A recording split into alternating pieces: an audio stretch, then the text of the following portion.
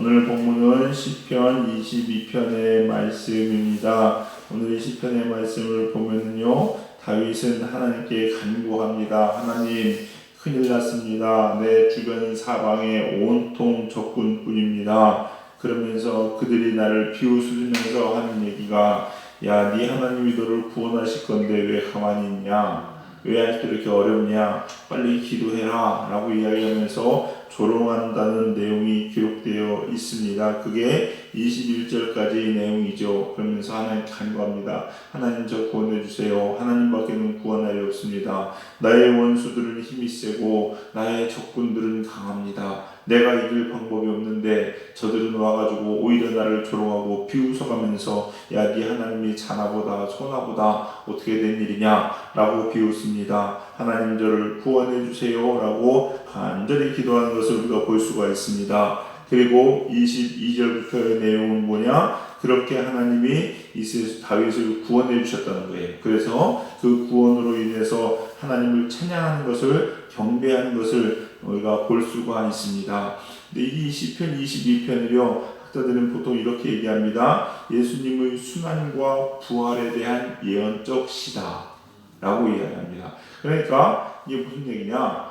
우리가 고통당하는 것이 단순히 시편자의 고백이 자기만의 이야기가 아니라 예수님께서 당하실 고난과 수치와 모욕들, 그런 거에 대해서 이야기하고 있다, 예언적인 시다라고 표현을 합니다.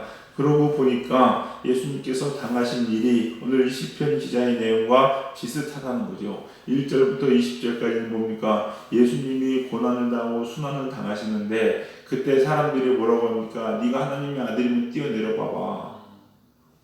하나님의 아들이라며. 그렇게 많은 사람들을 고치고 죽은 사람을 살렸는데, 야, 네 목숨 하나 네가 못 구하냐? 그러면서 네가 본 하나님의 아들이냐? 이런 비난의 소리를 하지요. 그리고 예수님 듣습니다. 그러나 결국 예수님 그걸 다분히 받으십니다. 그리고 나서 22절부터 31절까지 나와 있는 것처럼 예수님 결국은 죽음을 이기시고 부활을 하시지요. 네, 부활을 하십니다. 그래서 하나님께 영광을 돌리는 것을 볼 수가 있습니다. 오늘 이 내용을 통해서 우리도 본문이 주는 메시지 가운데 하나님의 메시지를 좀 받았으면 좋겠는데, 하나님의 백성도 섭리 가운데 이해할 수 없는 고통의 때가 있을까요, 없을까요? 있습니다. 우리가 살다 보면은요, 다 무조건 그냥 다 잘 되고 있으면 좋겠는데 꼭 그런 것만은 아닙니다. 그래서 여러분이 고난당하고 힘들 때에 우리가 어떤 자세를 취하여야 될 것인지, 어떤 마음으로 이런 고난을 받아들여야 될 것인지, 우리 예수님의 모습을 생각하면서 여러분 은혜를 받는 귀한 시간 되시기를 소망합니다. 첫 번째 우리가 알아야 될 것은 무엇이냐? 누구에게나 고난은 온다는 겁니다. 저를 비롯해서 모든 사람이 다 마찬가지입니다. 오늘 9절하고 10절을 보니까 저자가 전심으로 하나님을 섬기면서 자랐다, 하나님을 의지하면서, 모태로부터 태어나서부터 하나님께 의지하면서 자랐다고 이야기합니다. 그런 다윗에게조차, 이 저자에게조차 고통이 옵니까? 옵니까? 옵니다. 우리가 항상 이 마음을 가지고 있었으면 좋겠어요. 내가 하나님 뜻대로 살고 하나님 말씀대로 산다 할지라도 우리 안에 고난은 충분히 올 수 있다는 거예요, 여러분. 왜 그렇습니까? 사탄이 우리를 그냥 내버려두지 않기 때문에 그렇습니다. 그래서 디모데후서 3장 10절에 무릇 경건하게 살고자 하는 자는 박해를 받으리라. 진짜 그렇지요. 요즘 보면 좀 실감 좀 나는 것 같지 않습니까? 물론 이게 전부 다는 아닐 것 같아요. 이후에는 더 심한 일들이 아마 일어날 수 있을 것 같습니다. 어떤 목사님은요, 설교 중에 이런 말씀을 하시더라고요. 마지막 때가 되면 주의 종들 중에 순교하는 사람들, 즉 사탄이 주의 종들을 실제로 죽이는 일들이 일어나겠구나, 이런 말씀을 하시더라고요. 그럴 것 같아, 진짜로. 근데 그 말이, 에이, 설마 요즘 시대에 아무런 이유 없이 그러겠는가? 아니요, 그렇지 않을 것 같아요. 실제로 충분히 그럴 수 있습니다. 하나님 말씀대로 살고 뜻대로 살려고 하지만 그것이 고난당하는 이유가 될 수 있습니다. 우리가 표본적으로 보면요, 작게든 크게든 직장에서도요, 하나님 말씀대로 예배하고 뜻대로 살고 하려다 보면은 사람들이 그냥 이유 없이 괴롭힙니다. 괴롭혀요. 제가 직장 생활할 때 처음에 이제 악의용품 다니는 회사에 들어갔는데 거기에 어떤 계장이 있었어요. 그때는 뭐 제가 알겠습니다. 20대 중후반 아무것도 모르고 이제 막 지금 들어갔는데 나이 먹은 계장이 있었습니다. 그때 나이 지금 생각해보니까 한 30대 후반 정도 됐던 것 같아요. 저랑 한 10년도 차이 안 나는데 그렇게 저를 괴롭혔어요. 제가 나중에 너무 화가 나가지고 물어봤어요. 왜 그러냐고 도대체. 뭘 잘못했냐고. 대놓고 그냥 그랬어요. 제가 아니면은 그냥 남자답게 한바탕 하고서 끝내자고. 그러려고. 그랬더니 그냥 싫대요. 그냥 싫대. 나 저 그런 얘기 처음 들어. 그냥 싫대요. 뭐가 그렇게 그냥 싫으니까. 너 교회 다니는 것도 싫고 싫대. 그러니까 제가 교회 다니는 게 싫은 거예요. 예수님 믿는 게 싫은 거예요. 그래서 저 그때는 속으로 별 이상한 사람 다 보겠네. 제가 이렇게 넘어갔는데 제가 그 2000시간 돌아보니까 그렇구나. 진짜 그렇구나. 그럴 수 있겠구나. 사탄은요 예수님 믿는 자체가 싫은 거예요, 여러분. 그래서 예수님 믿는 사람들을 그냥 안 내버려 둡니다. 힘들더라고요. 어렵더라고요. 마지막 때에 이 고난은 있을 수 있습니다. 여러분도 마찬가지입니다. 그래서 찬양에 이런 찬양이 있죠. 왜 나만 겪는 고난이냐고 슬퍼하지 마세요. 그래, 마찬가지예요. 우리가요, 우리 선조들도 마찬가지고 심지어 예수님도 이 세상에 살면서 고난과 어려움을 당했다는 거예요. 그래서 우리 성도님들 힘든 일 있고 어려운 일 있을 때요, 그럴 수 있구나. 또 그런 일을 당하는 사람들이 보면요, 무조건 지가 잘못한 게 있기 때문에 그러겠지 라고 생각하지 마십시오, 여러분. 물론 그럴 수도 있습니다. 두 번째 우리가 알아야 될 것은 뭐냐면 고난의 원인이거든요. 고난의 원인을 찾아야 돼요. 왜 나한테 이런 일이 생기는가, 이걸 좀 찾으셔야 됩니다, 여러분. 근데 그 전에 무조건 고난당하는 사람에 대해서 제가 신앙생활 똑바로 안 해서 그래, 하나님께 징계받는 거야 라고 생각은 하지 말으셔야 된다는 거예요. 대표적으로 욥이 그렇죠? 욥의 친구들은 그렇게 생각했어요. 근데 하나님이 욥의 친구들을 책망한다는 거예요.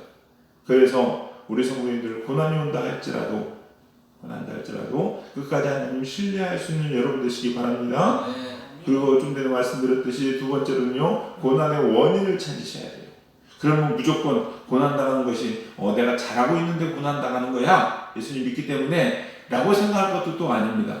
왜냐? 우리 인간은 다 연약한 죄인이기 때문에 그래요. 여러분, 우리가 아무리 하나님 뜻대로 살려고 한다 할지라도 하나님 뜻대로 살아집니까? 안 돼요. 겉으로는요 괜찮을지 모르지만 자기 자신은 알아요. 이 속에 내 마음이 얼마나 썩어 들어가고 있는지. 근데 그걸 누구도 아실까요? 하나님도 아십니다. 그래서 하나님께서요 이런 마음을 고쳐가시는 거예요. 풀무는 금과 은을 연단하시지만 하나님은 무엇을 연단하십니까? 우리의 마음을 연단하십니다.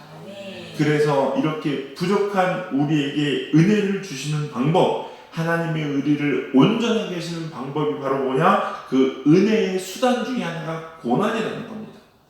그래서 우리가 사시면서요 어려운 일이 있을 때 항상 내 안에 원인을 좀 먼저 살펴볼 수 있어야 돼요.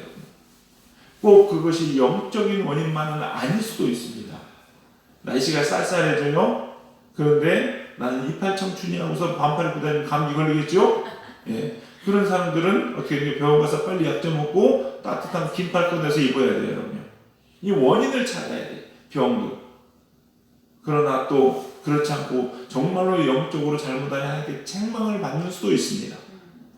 우리가 지혜로운 사람들은요, 이 영적 촉수가 서 있어야 되는데 뭔가 되어지는 일들과 상황들을 통해서요 자꾸 하나님의 뜻과 하나님의 섭리를 분별하려고 노력하셔야 됩니다, 여러분.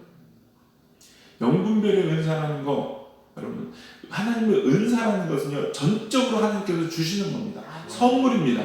내가 뭐 노력한다고 되는 건 아닙니다, 여러분. 그러나 적어도 선물을 받고 싶은 마음과 노력은 있어야 돼요. 그렇지 않겠습니까? 여러분 생일날 되면 생일 선물 받고 싶으시면요 어떻게 해야 될까요? 적어도 생일인 건 알려야 됩니다. 그렇지 않을까요? 물론 그 사람이 기억을 해주면 좋겠지만은 적어도 알려야 돼요.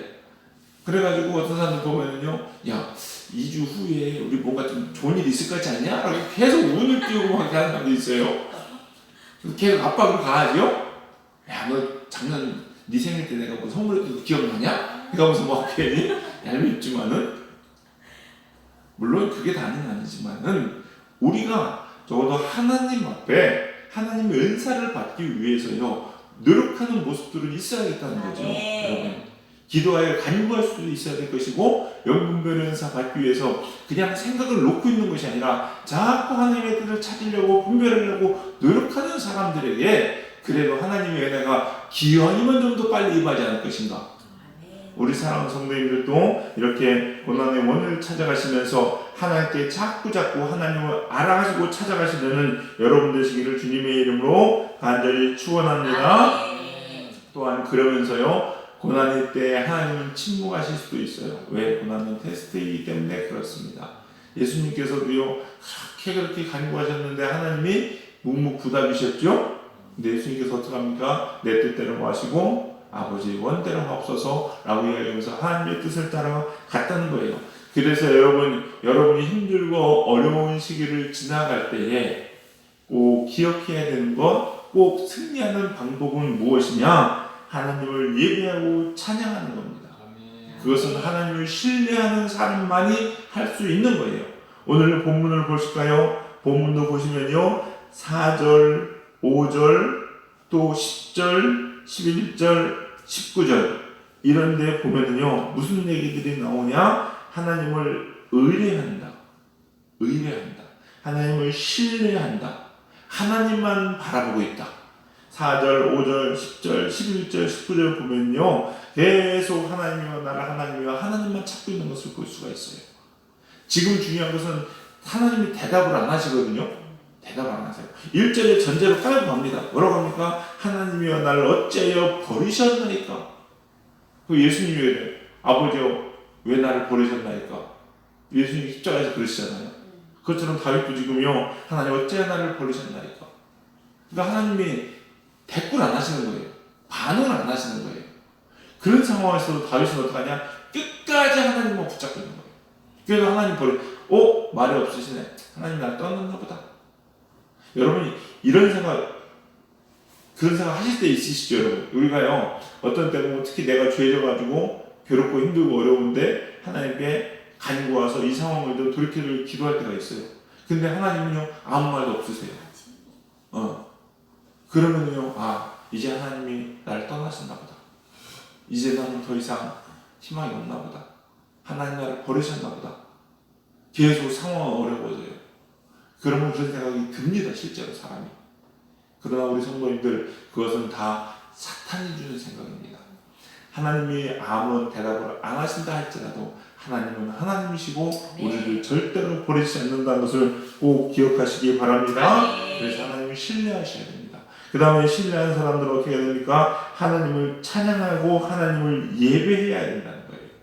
22절부터 26절까지 내용이 뭡니까? 하나님을 찬양하라. 20절에 주를 찬송하리로다. 이렇게 시작을 합니다. 23절에서 그를 찬송할지어다.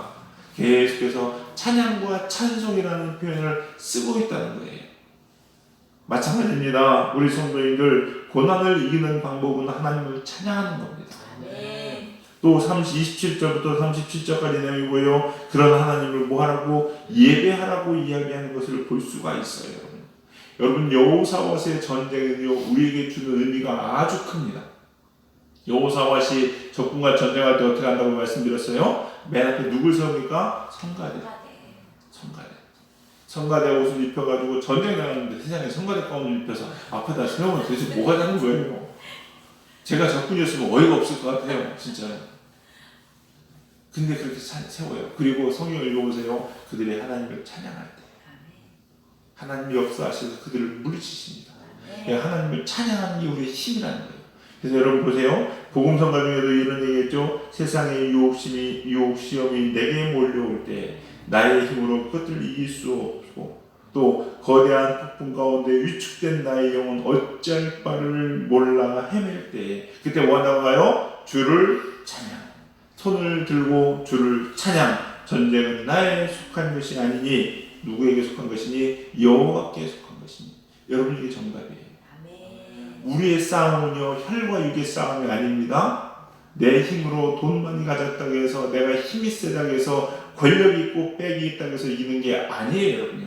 하나님을 찬양할 때 우리한테 승리가 있는 겁니다. 여러분 하나님을 찬양하시기 바랍니다. 특별히 요즘 같은 데 어떻습니까? 차별화 금지법부터 시작해서 사탄이 아주 난리를 치죠? 난리를 칩니다. 교회에 대해서 그냥 대놓고서 교회 막 비난하고 하고 그렇게 만들어요. 그러나 우리 여러분 낙심하지 마시고 하나님을 찬양하면서 기도하시기 바랍니다. 여러분 이기게 되어 있어요. 찬양할 때 사탄은 떠나가고 예배할 때 우리 영혼이 새로운 힘을 얻는 걸 꼭 기억하시기 바랍니다. 여러분의 삶에도 마찬가지고 우리 교회뿐만 아니라 한국교회와 이 나라의 민족도 끝까지 하나님을 신뢰하고 하나님을 찬양하고 예배함으로 더 하나님을 예배함으로 반드시 하나님이 주시는 승리를 경험하는 저와 여러분 또 우리 교회와 한국교회 이 나라의 이민족 되기를 주님의 이름으로 간절히 축원합니다. 기도하시겠습니다. 사랑과 은혜가 풍성하신 주님, 오늘 또 이 새벽에 살아계신 하나님의 귀한 메시지를 받게 하시니 감사합니다.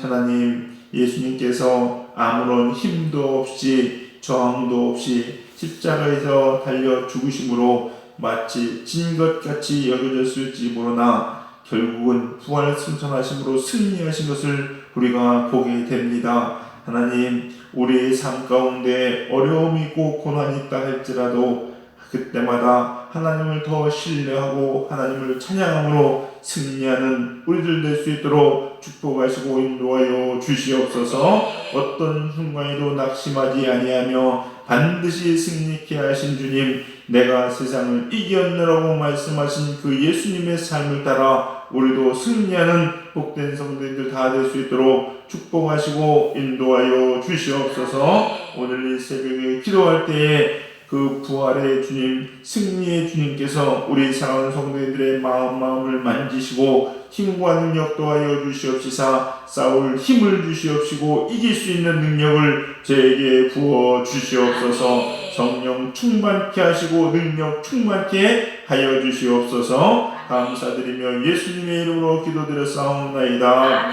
아멘.